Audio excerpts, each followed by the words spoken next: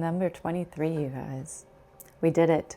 Thank you to everyone who's been along with me on this journey so far, and I'm grateful for you. It was super cool to have viewers and have people resonating, and even myself, as I was editing, I would be reminded of things that I needed to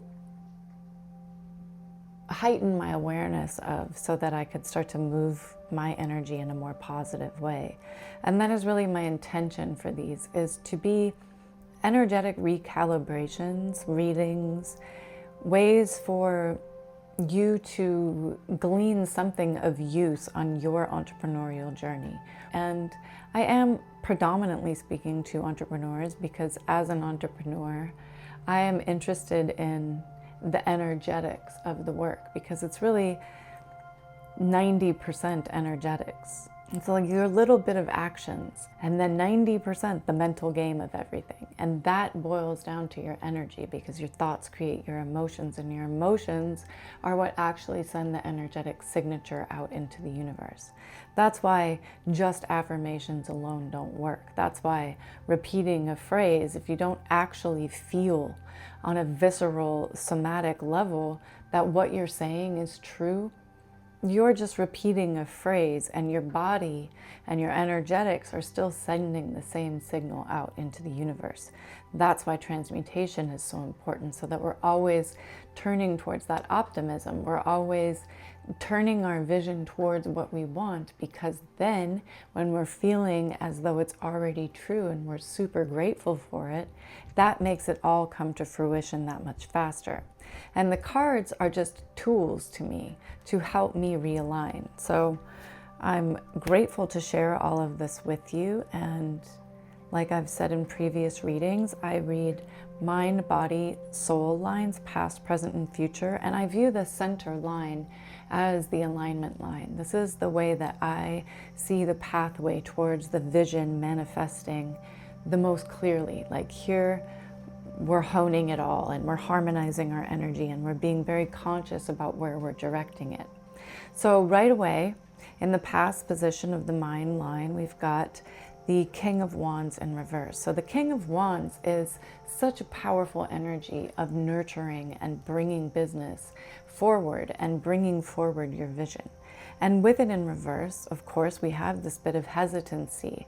And we have to remember past, present, and future are illusions. Time is an illusion, and everything is actually happening simultaneously. So when you're able to shift your energy in this moment, you start to shift it in other timelines, and you collapse old realities and open yourself up into new ways of being and easier ways to manifest energetically. Because manifestation truly is all about energetics. And there is a need to compassionately discipline our minds, but it's so that our energy is staying in the right frame of awareness. And so we're going to transmute that energy, and we're going to turn that most benevolent energy of fire, that motivation, that optimism, that expansion.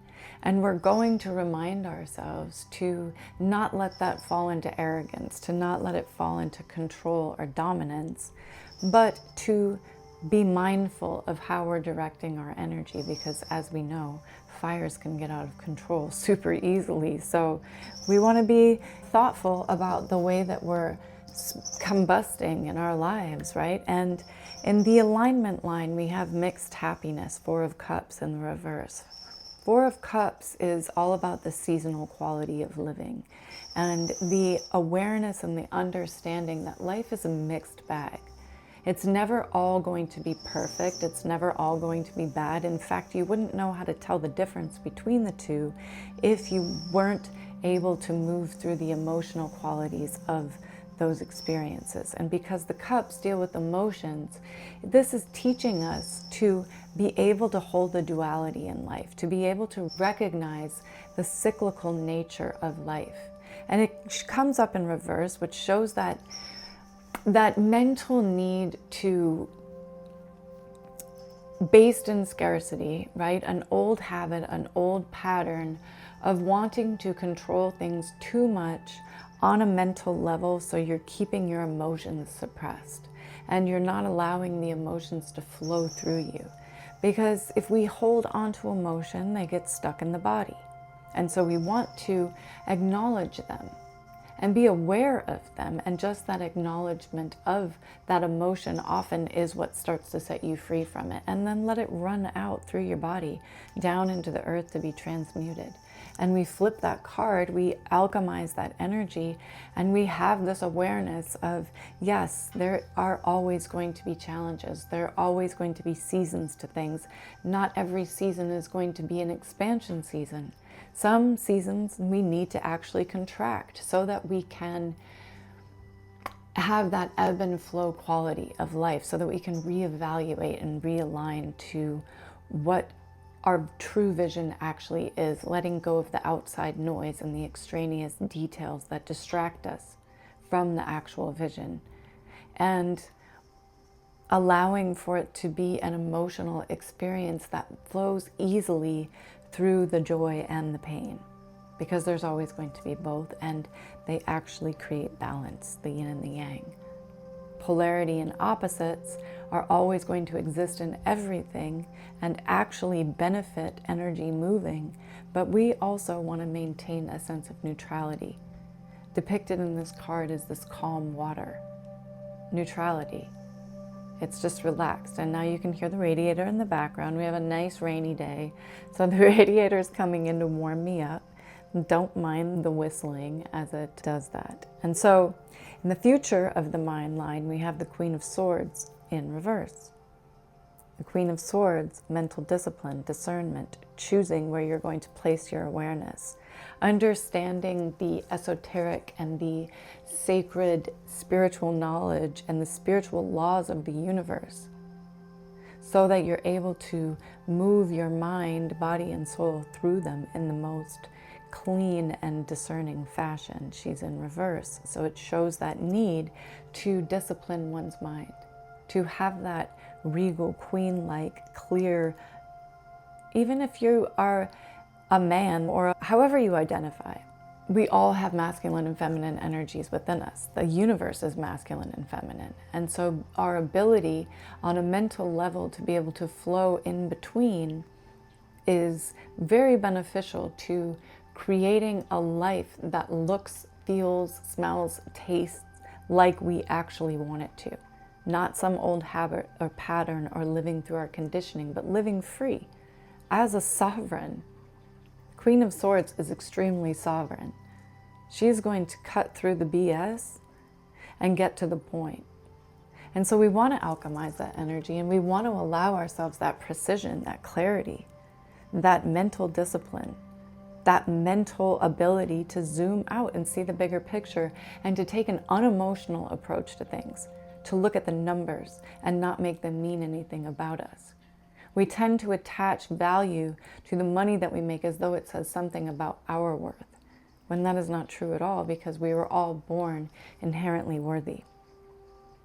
And in order to give ourselves that rebirth in the body, we have the star coming up in reverse in the past position of the body line, showing that hesitation to allow the rebirth, not letting the towers collapse, holding on to old patterns, holding on to old stories, scarcity, loss, fear, rejection, abandonment, all those things that keep us from having that deep connection of trust and surrender with the universe.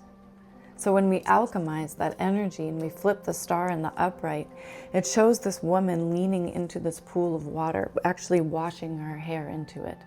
And what that symbolizes is that surrender and that connection with the greater consciousness, leaning into the unknown, into the pool of the superconsciousness, connecting one's own spirit so that the energy of the universe can flow through you from a place of surrender and trust, gratitude. And again, as we move forward into the central position of the body line, we have the Ace of Swords, showing again that need for mental clarity and mental discipline, because our thoughts create our emotions and then create a somatic physical response in our body. This is why so many people experience aches and pains in relation to different emotions that they're holding on to. Headaches, tension in the shoulders, that pit of fear in the stomach. All these expressions, anger gets held in the calves, which I think is so interesting. So we're not going to go into the whole body structure of it right now, but this does show that need to be able to hold that mental discipline and breathe through these emotions so that we release those parts of our body and these emotions don't get stuck in us. Which keeps us from, we have death in the future position of the body line, which keeps us stuck in those patterns, that need to let go. If it's in reverse, it's showing that hesitation to let go, to allow those old selves to die and those old realities to die. We can't really create a new life while we're still grasping to the old one. New stories can't be created if we're still telling the same old story to ourselves. So let those parts of ourselves die that don't serve our greater mission and our greater vision. And in the past position of the soul line, we have the universe in reverse. The universe is the culmination of the major arcana of the tarot. And that hesitation to allow yourself to experience that connection with the universe and the connection with that limitless quality of life. We actually can create everything. It's just our mindset that tells us that we can't. So when we set ourselves free and we alchemize that energy and we say, yes, I absolutely can have what I want in life. I can allow myself to have the greatest manifestation, my dream life, my most desired reality, because I trust myself. Because I trust myself to be the steward of great amounts of abundance. And I know that I can then channel that abundance towards the highest good of all. Something that actually serves humanity on all the levels. Putting, again, Mother Nature first. Then people, and then profits. Trusting the universe that the overflow of your expansion, the reciprocal effect of your overflow. This is why we don't pour from an empty cup, because we're actually then trying to fulfill a need. We're chasing when we're in that energy. And chasing pushes your manifestations farther away. We're not chasing anything. We're receiving. We're allowing ourselves to have that experience before it even materializes because we have that much trust. We have the Two of Cups in the alignment line. Filling one's own cup, having that inner balance and that deep self-love and forgiveness. And of course, it represents love, external love. Having a loving quality about life in your relationships, in your relationship with the universe, and your relationship to your work. As entrepreneurs, we're consciously choosing to take a path of the road less traveled. And that is going to invoke the need to have skills that don't apply when you work for somebody else. And there's no right or wrong here. This isn't a judgment, but that's what I'm speaking to, entrepreneurs, that journey. And so if you're here and you're getting value out of it, beautiful and amazing, and please stay and come back. And let me know, let me know in the comments like how things are landing for you so that I can start speaking more to the journey of everyone. But I also have this vision where more and more people get to set themselves free to truly create the impact from their purpose, their dharma, through living their gifts and sharing them with the world and creating these massively abundant lives because of it. Because as each of us creates more and more abundance, and by abundance, don't get me confused, I'm not talking about overconsumption. And I'm not going to get into that as a sense of judgment. It's just like we can all wake up together. We can all do better. We don't need so much stuff. Even myself. I love beautiful things. I tend to get most of them as antiques, but that's just what I like. That's the style that I like. History. I like things to have an energetic quality to them. So I'm not judging people for having too much, but we can all see that we don't actually need to have that much. And oftentimes the less we have physically, materially, the happier we are because we have less to worry about, quote unquote. So just giving oneself that ability to feel good and happy and joy and gratitude no matter what. As within, so without. So feel good whether or not you have the thing. And that allows you to have the thing. You already have your most desired reality. Because if you didn't have it yet, you wouldn't feel like it. So give yourself the feeling now and allow it to materialize.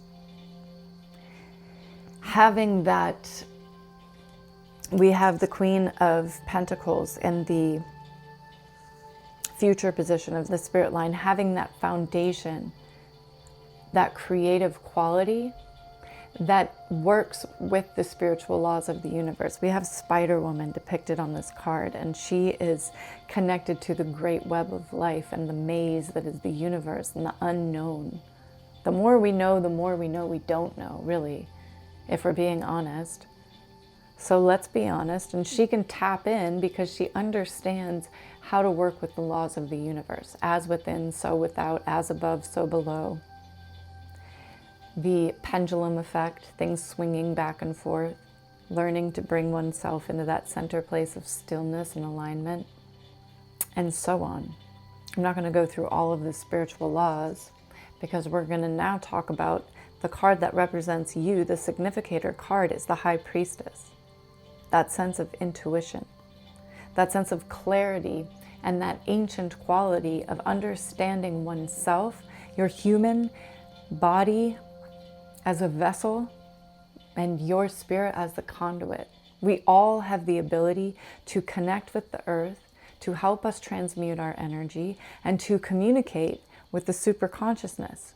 We're already all communicating with each other all of the time. Quantum entanglement shows us that. And this is why you can think of someone and they text you or they call you, they come back into your life.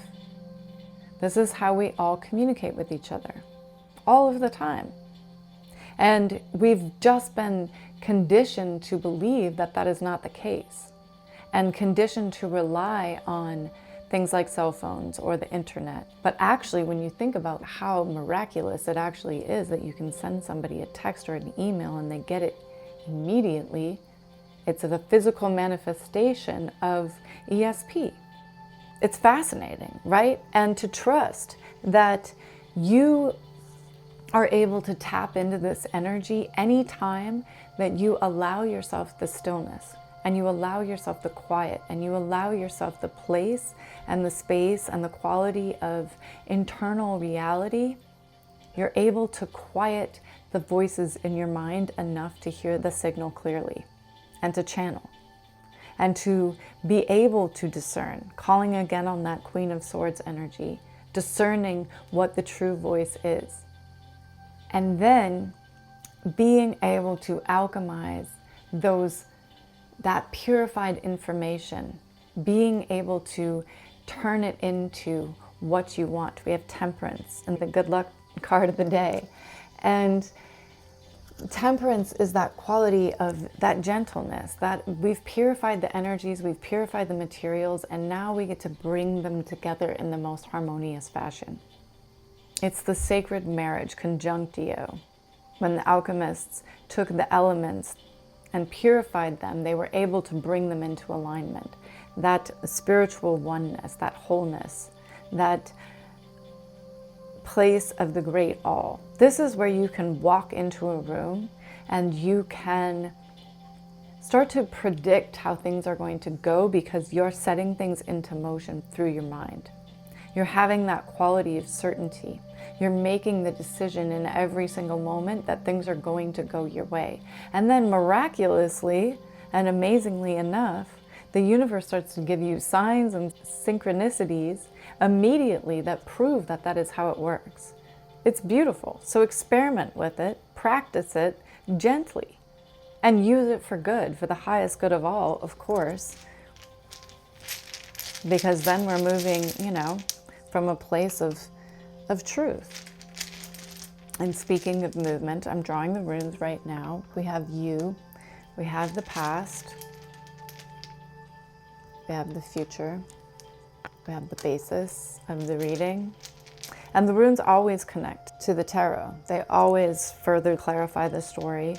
And so I love being able to read them side by side and just get that more in-depth knowledge. Sometimes I read from the book because I don't always remember all of the runes. And Richard Blum, who wrote the Book of Runes that I have here, the interpretations are so beautiful. He just has this mystical way that he writes. And so I love actually just reading out of the book, and let me know what your thoughts are. Now we've gotten to the point of togetherness and spending time together where I want to start getting some feedback from you guys so I can improve and serve in a way that actually serves you rather than me just guessing. We have Awaz in the center position as you, movement, a horse. So beautiful energy, especially beautiful energy, as we know this is a timeless reading because energy is timeless. So whenever you're getting it, it's the right time. And you can apply what resonates to you in that moment and discard the rest.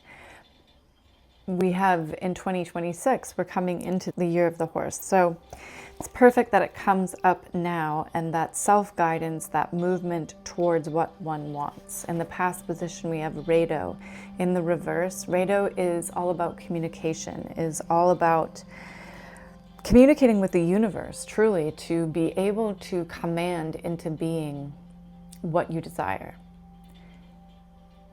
And I think people tend to want to shy away from command because it sounds harsh or it sounds like you're trying to control things. But commanding is not necessarily controlling things. It's saying this is what I expect and what I desire, and I'm okay with it.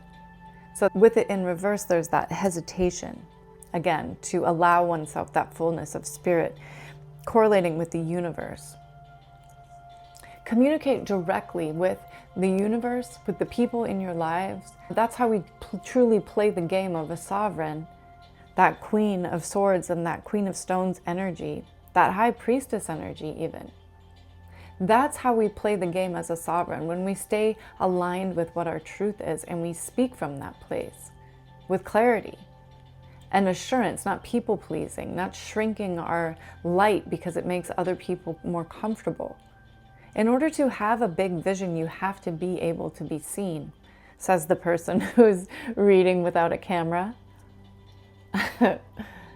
It's all about visibility and being comfortable being visible. And so much of our life, we've been taught to not be too much, to not shine too brightly, because you don't want to shine so bright that you dim other people's light, when that's not actually what's happening. There's room for everyone to be light and bright.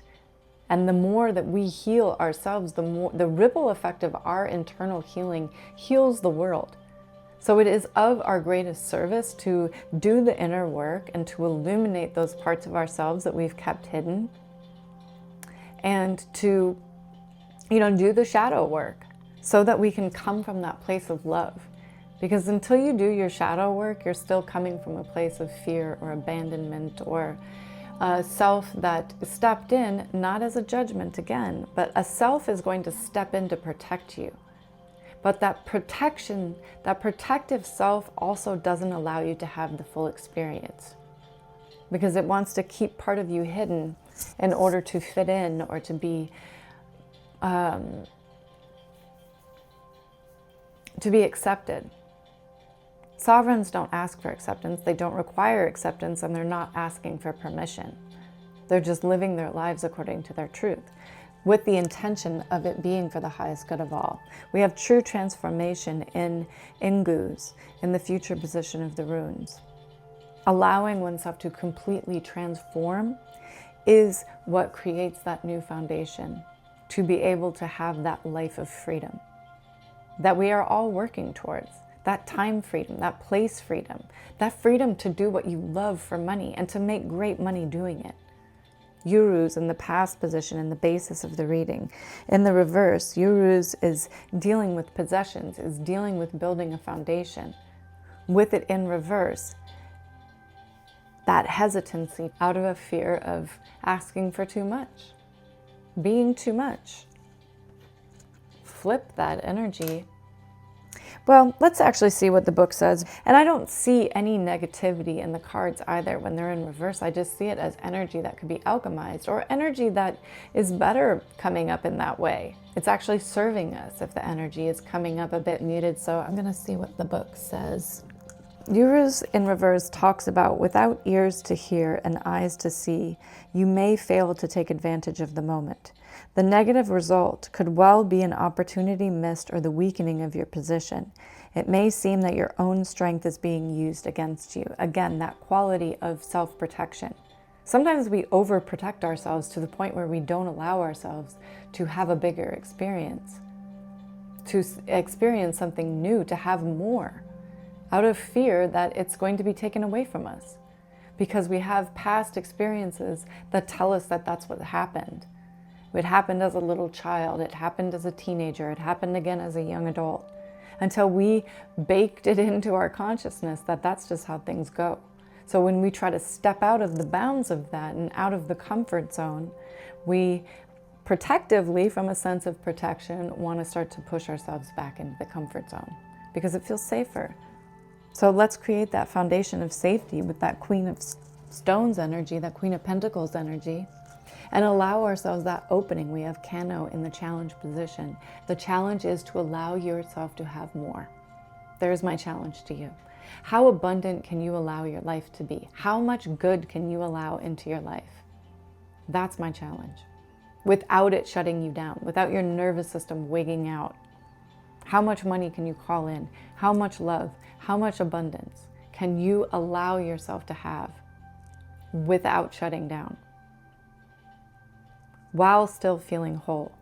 With Soelu in the future position, wholeness, that sense of one, that connection to great all.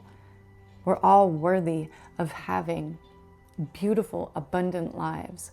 And the more abundantly we live, the more we can pour from an overflow for the good of all humanity. There's so much we get to do.